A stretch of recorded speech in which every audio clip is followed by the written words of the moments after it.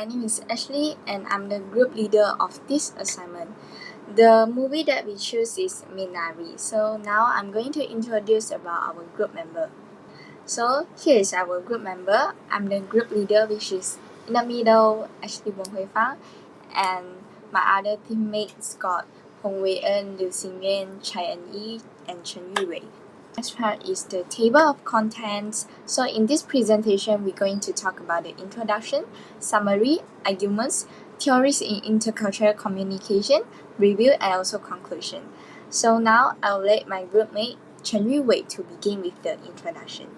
Talk about the introduction, Minari delves into the intricacies of intercultural dialogue, examining identity, struggle, cultural adaptation, challenges, and the intervening of diverse viewpoints within Korean American households. This field offers a broad-form exploration of how families navigate the complexities of globalization, providing valuable insights for scholars in social logic, culture students, and closing cultural communication. When talking about the summary of Minari, the first point is the struggle between the family and the local. Second, the struggle between the family and the nearby neighbor. Third, the dispute within the family as well. Next, the religion struggle. Finally, the conflict between the generation. When talking about the argument, local present towards immigrant. Minari vivid portrays how category thinking about local foster negative actions and attitude towards immigrants. The film illustrates how arbitrary divisions based on skin tone, language, and heritage hinder cross-cultural communication, falling prejudice category thinking's impact is evident in the characters' struggle to fit in at school and the community events explores complex stemming for such perceptions, revealing biases against immigrants. The field powers fully underscores the detrimental effects of category thinking, emphasize the importance of transcending surface-level difference for gaining understanding and community harmony. I'm going to talk about my argument, adaptation to a new cultural environment. Adaptation to a new cultural environment is a central and compelling aspect of Minari. The movie skillfully portrays the challenge and nuances of the Korean-American family journey as they settle in rural Arkansas. The family journey to adapt to rural Arkansas presents a scenario where they must navigate a new cultural environment. Minari provides viewers with an understanding of how immigrant parents raise their children in an Asian family culture that values hard work and respect while living abroad. Family first start in rural Arkansas is quite distinct compared to their Korean background. Their relationship with neighbors can have distinct opinions, thoughts, and customs showcase the cultural conflict. The traditional Korean attitude and lifestyle that the family carries with them may be very different from the more and modern or Western ideas that are common in rural American society. The Korean family and the neighbors start to get uncomfortable and misunderstand one another because of this difference. The culture clashes are evident in their interaction with neighbors, who may hold different values, beliefs, and customs. From interacting with neighbors to understanding local customs, the film depicts the challenge of integrating into a community with a different cultural context. The couple immigration to America in order to embrace and realize the American dream marks the beginning of a new life. As immigrants from Korea, they attempt to maintain their local identity while living with global immigrant identity in America. Even though it is unknown how the effect of globalization would have influenced their day-to-day life if they had children to reside in Korea. Nonetheless, the children of second-generation Korean immigrants have already left behind their hometown and were being impacted by globalization. Other than that, in Minari, an important component of the film investigation into cultural adaptation is the children, David and Anne, who are more exposed to American culture, serve as intermediary in bridging the cultural gap between their parents and the broader community. An important factor in the process of adaptation is language. The parents' inability of communication effectively in English affect their capacity to interact with neighbors and gain supplies. Monica in particular struggle with this. Conversely, the kids act as a translator as well, helping the family adjust by bridging the language difference since they have been raised in the US. Children usually speak English better than their parents do. They can communicate with neighbors, classmates, and other community members more easily due to this language advantage. Next, the third argument is intra-family conflict. Family members have different expectations and philosophies, especially the father and mother who differ in the way they pursue the American dream. Monica and Jacob argue about their common goals as a couple and their expectations of their children. Monica, the mother, represents a collectivist family culture. Father, Jacob's family culture was more individualistic. Every encounter, no matter what kinds of context, highlights the conflict between assimilation and independence. Jacob is eager to sell Korean produce in the city, so he is eager to establish a farm. Monica is appalled by the sight of dilapidated mobile homes in the middle of nowhere. Not only is she worried about the lack of a social life, but she is also anxious about her son David's heart condition. Meanwhile, they are sorting chicks at a hatchery in California, a job that is clearly a huge sacrifice for Jacob. Although Jacob still farms part-time, he is passionate about the productive land and dreams of owning a 50-acre farm. However, Monica questions this. That land is a dream. Differences within the family are mounting. These internal conflicts reflect the limitations that families face in adapting to new circumstances. Differences between spouses may stem from different personal desires and goals. The other spouse may be more family-oriented, while one may be more career-oriented. Such differences may lead to miscommunications and conflict. Now, I'm going to talk about the fourth argument, which is the different religious belief system. In Minari, it demonstrates how religious practice influence cultural identity. It serves as a means of understanding and exacerbate communication difficulties in a multicultural and dynamic environment by means of noise depictions of traditional Korean spirituality and their experience with evangelical Christianity in their new rural setting. From some of the scenes in Minari, we can tell that Sunja is a follower of traditional Korean spirituality, which encompasses ideas and customs that may seem strange in the families, most in the new rural community. So one of the notable example is when the family first time goes to the white rural church for the service. David and Annie encounter racial microaggressions when they are trying to make friends at the church. The rural communities encounter with evangelical Christianity highlights the differences between traditional Korean spirituality and the new religious surroundings they are a part of. Hi Miss, my name is N.E. and I'd like to delve into the comparing intergenerational conflict portrayed in the film Minari, focusing on the dynamics within Jacob's family, particularly the grandchildren and the Korean grandma Sunja.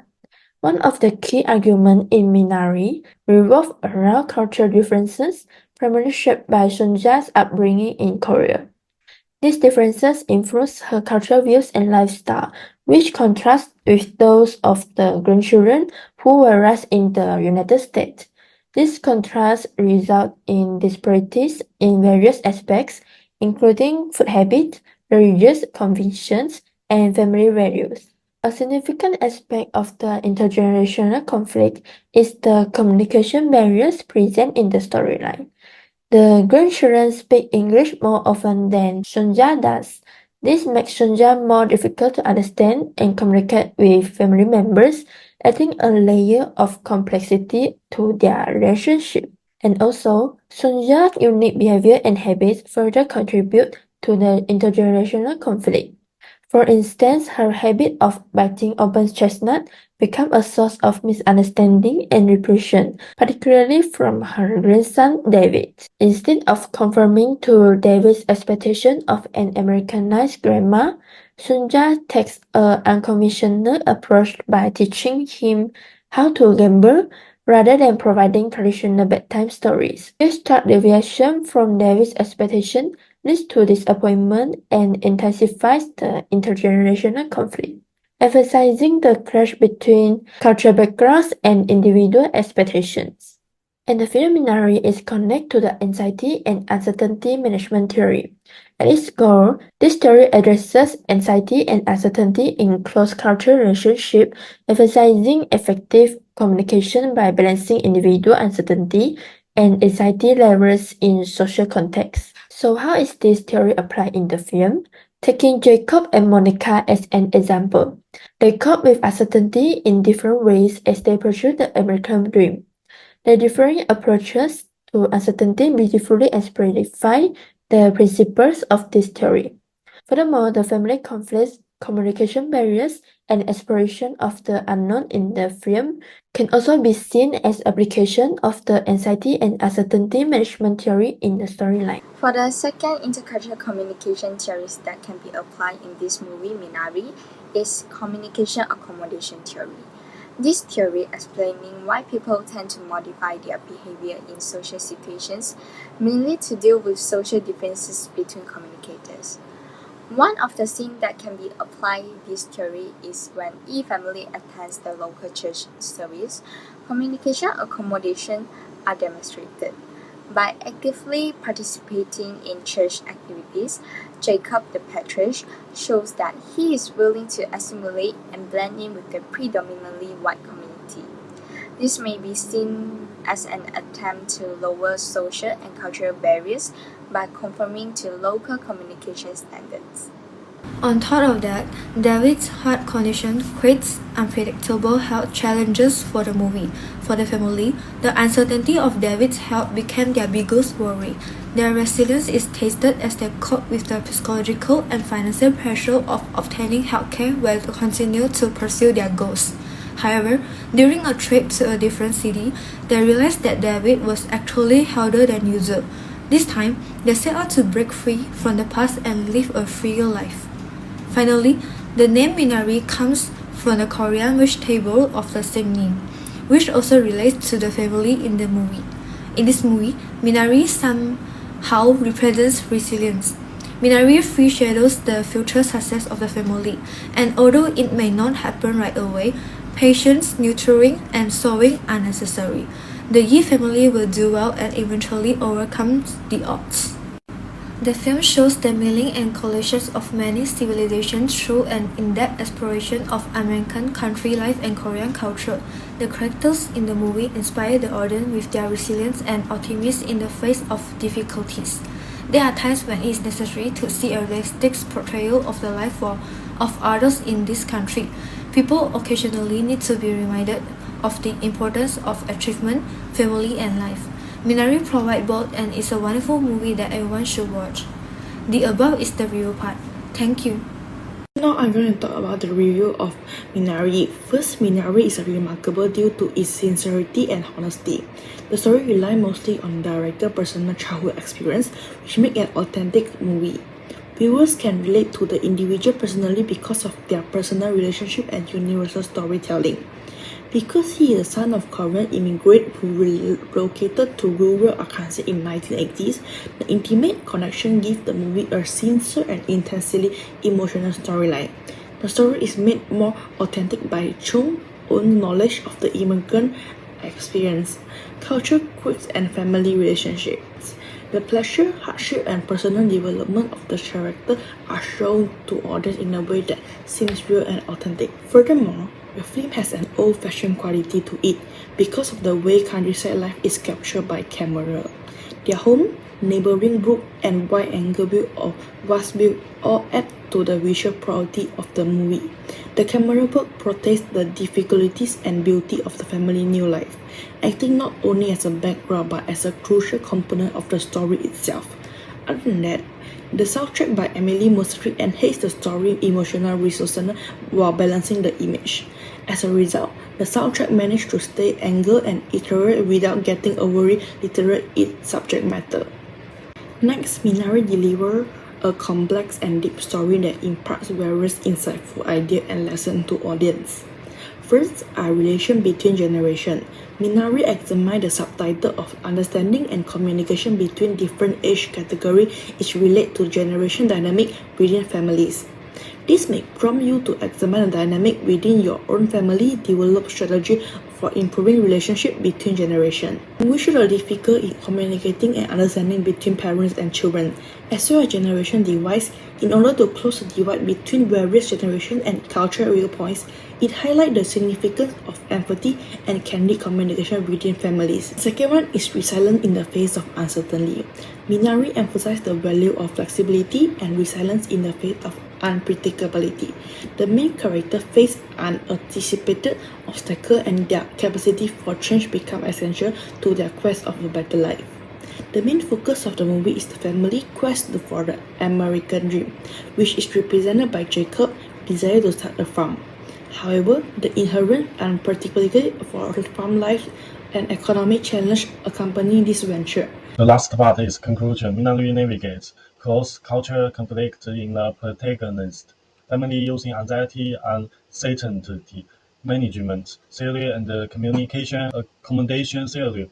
Their frameworks unveil dynamic with indigenous people, neighbor, and within the family, shedding light on religions, disputes, and generational difference. The combat appropriate provides insight into the film's conflict, causing cultural interaction, offering a cohesive understanding of social, psychological, and emotional dynamic in a concise manner. That's all for our presentation. Thank you.